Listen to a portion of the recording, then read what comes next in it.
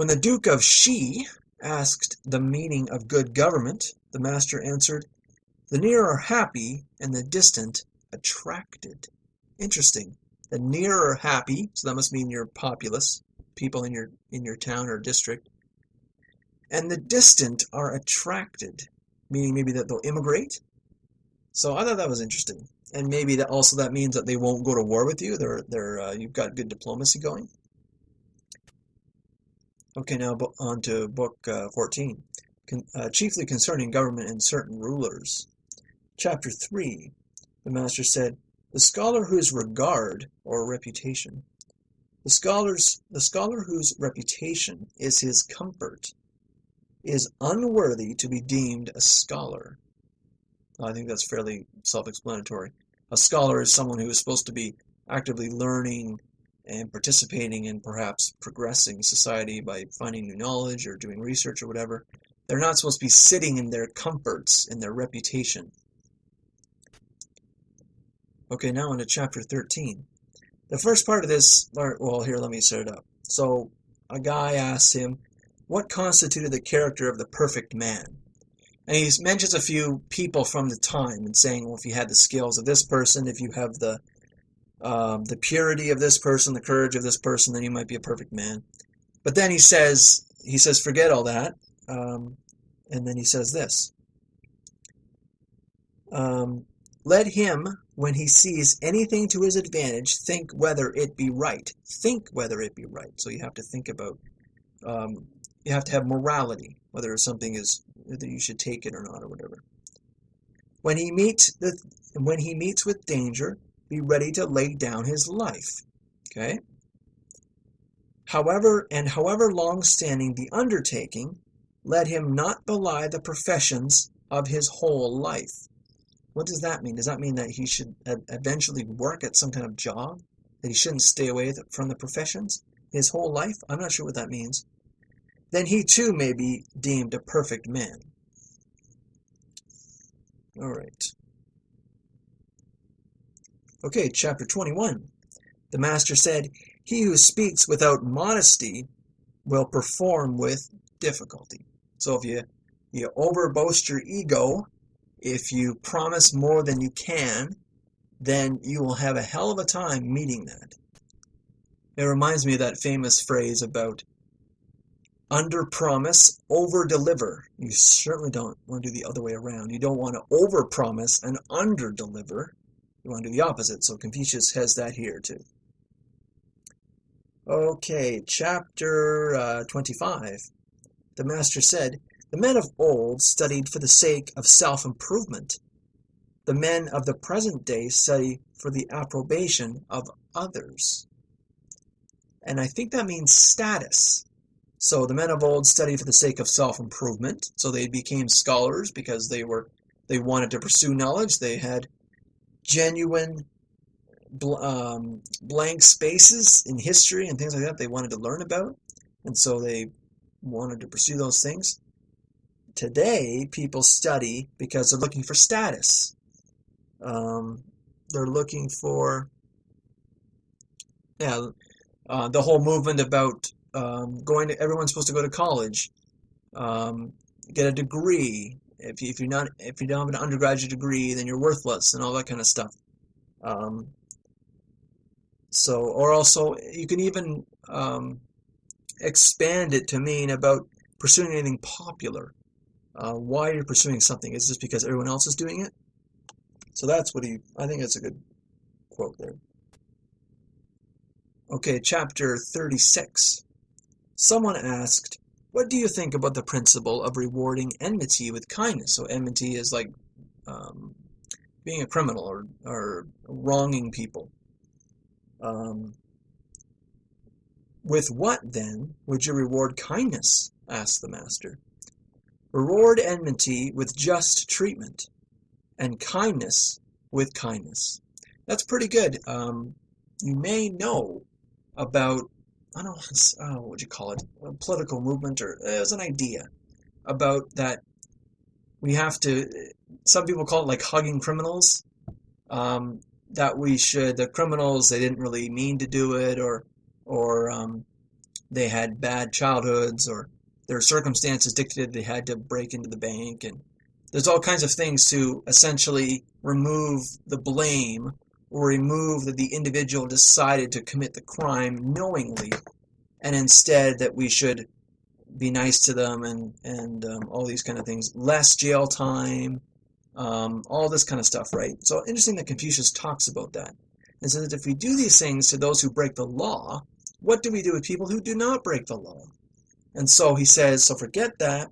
People who break the law should be treated justly, meaning that if they do break the law, they should be given court and trial, and if they do break the law, then they should be punished for that, because that's breaking the law. But so that would be just treatment. And then people who are kind, we should be kind to them. That's how it should work, not the other way around. Or certainly not degrading kindness by using kindness towards people who haven't earned kindness. Maybe something like that Confucius would say. Okay, book 15, chiefly on the maintenance of principles and character. Chapter 7, not to enlighten one who has been enlightened is to waste a man. To enlighten one who cannot be enlightened is to waste words. The intelligent man neither wastes his man nor his words. So what's interesting about that is it asks the question about who can be educated, which of course is an issue in education. Some people say that unless everyone has the same education, it's not a democracy. People will be different. We'll eventually have some kind of aristocracy or something like that. And then the opposite say, look, people are born differently. Some people can't get. There are different levels of education that a person can possibly have. The principle should be that an education is to fulfill a person's capabilities. Some people's capabilities is naturally higher than others. They can learn more. They're more interested. Why not educate them? Why not give them what they want? They want to learn. They come to school and they're happy and they're good students. Why not give them as much as they can take? Those who aren't motivated, those who can't, those who have lower academic abilities, lower intelligence, things like that, we do our best, but that's it. We can only educate them to a certain level, and that's just human nature. But like I said, the other side would say, forget human nature. We have to, the education that they receive, it doesn't matter whether they get it all, but the education that the teacher speaks must be for the students must all have that same message, that same process. What they get from it is fine, but they must all receive the same education. They must all, but not necessarily take it in because of their capabilities. Whereas the other side would say, no, certain kids actually can learn more if we have different instruction for them, and those who can't learn as much should have lesser instruction, be in a different room maybe. So that's the argument there. And so Confucius is on the side of the, sometimes they're called the elitist, but he's on that side. Okay, chapter 8.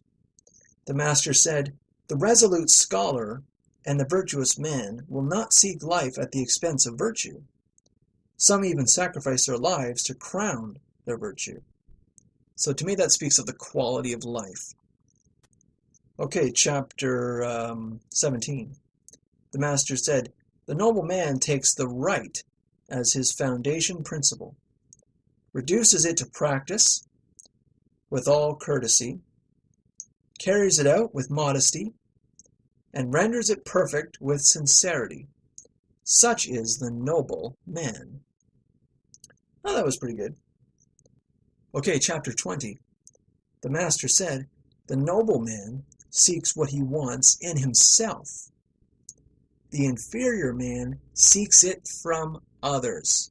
Interesting. If you've read The Fountainhead, then this concept is called the second-hander, a person whose self-confidence is made up or constructed or fueled by other people's praise and things like that. A person who is looking for praise, looking for attention from other people.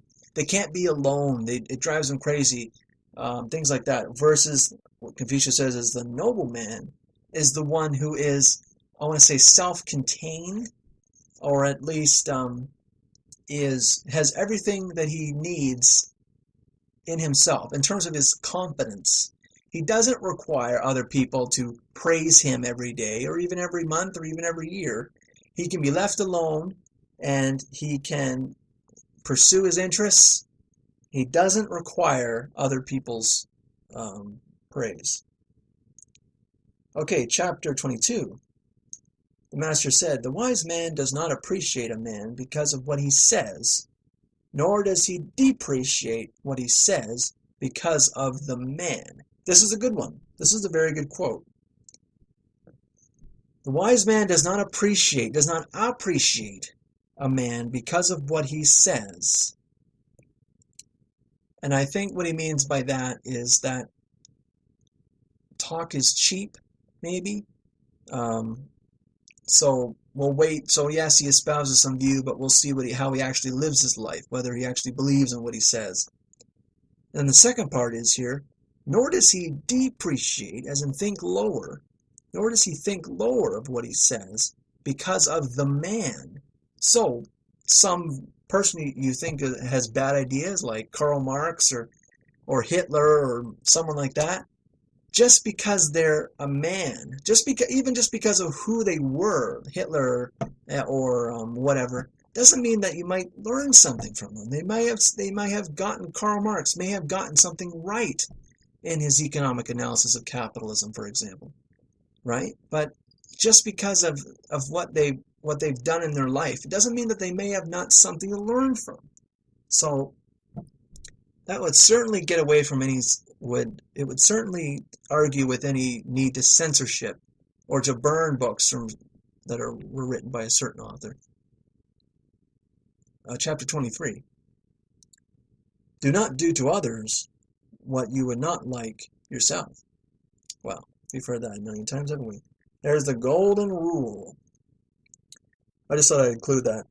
Chapter 27. The master said, "Though all hate a man, one must investigate the cause. And though all like him, one must also investigate the cause."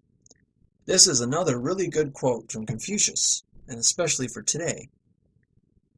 There are so many people that they get on the news, they're indicted, or they're charged with some offense, and everyone thinks immediately that they're a criminal. And they don't realize that these things have to go through a court, have to be proven. Allegations have to be proven in court. You should not demonize someone just because they've been charged with something. That is still being found out yet. Hasn't been proven yet in court. Same with a person who's praised often. Really? Why is that? What do they actually do to deserve that? It just means that a person should not necessarily believe everything they hear in the news or on YouTube or anywhere else. For some things, and many things, as much as possible, they need to figure these things out for themselves. They need to go and investigate the material for themselves. Maybe what I'm saying right now for Confucius is a complete lie. I'm not even quoting him. I'm just making it all up. So maybe that means you need to go and get yourself a copy and see if I've done that. Don't take my word for it. So that's what he's trying to say there. Okay, chapter 29. The master said, "To err and not reform may indeed be called error." That's a good one. I like that one. Okay, chapter 32. The master said, "If a man intellectually realizes a given principle, but if his moral character does not enable him to live up to it, even though he has reached it, he will decline from it." I think meaning that he will eventually not believe it anymore, or he'll forget about it. Okay, next part. Though intellectually he has reached it, he has attained to it, and his moral character enables him to live up to it, if he does not govern people with dignity, they will not respect him. So even if you've discovered some amazing truth, and you have the conviction that you will live up to it, if you don't respect the people, I guess if you're in government, you don't respect the people in doing it, then they won't, if you don't show them dignity, then they won't respect you. They won't have it. All right, the next part. And though he has intellectually attained it, and his moral character enables him to live up to it, and he governs with dignity, if he instigates the people to act in a disorderly manner, he is still lacking in excellence. Okay, take what you will from there. All right, chapter 38. The master said, in teaching, there should be no class distinctions. Wow, what does he mean by that? Does he mean like upper, middle, lower class? I have to be careful because I have to consider, would he have used that word? Like, obviously this is translated. And I suppose if that didn't mean class, meaning social class, the translator wouldn't have used the word class. So it must mean class. And so he's saying, in teaching there should be no class distinctions. That obviously is correct. Interestingly enough, that was not correct in Europe for most of its history. People from a certain class were educated a certain amount. If you were a pauper, which means you were a poor person, you were simply not, unless you were discovered by a priest or something, you were considered an idiot and you wouldn't have been educated in any kind of school. But Confucius, well, he disagrees with that. And there's other cultures too that have class cultures. Even the caste system of India, you certainly would have been educated there, would not have been unless you were in a certain class. Alrighty. Okay, now we're on to book 26 or book 16, chapter 4. Confucius said, there are 3 kinds of friends that are beneficial, and 3 that are harmful. To make friends with the upright, meaning the people who are moral, with the faithful, with the well-informed is beneficial. So there's the three. The 3 good friends are moral, faithful, and well-informed.